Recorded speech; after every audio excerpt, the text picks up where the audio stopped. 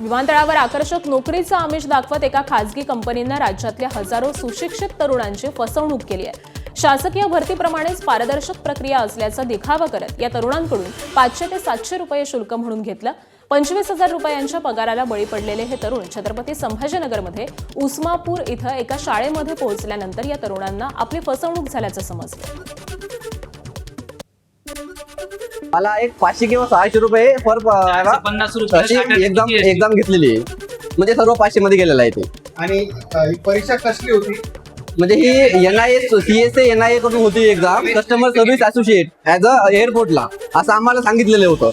आणि ऍक्च्युली या एक्झामचं कसं आहे की आता माझा आयडी आणि पासवर्ड विसरला होता, तर मला व्हॉट्सअप आलं होतं की तुमचा आयडी आणि पासवर्ड हा आहे.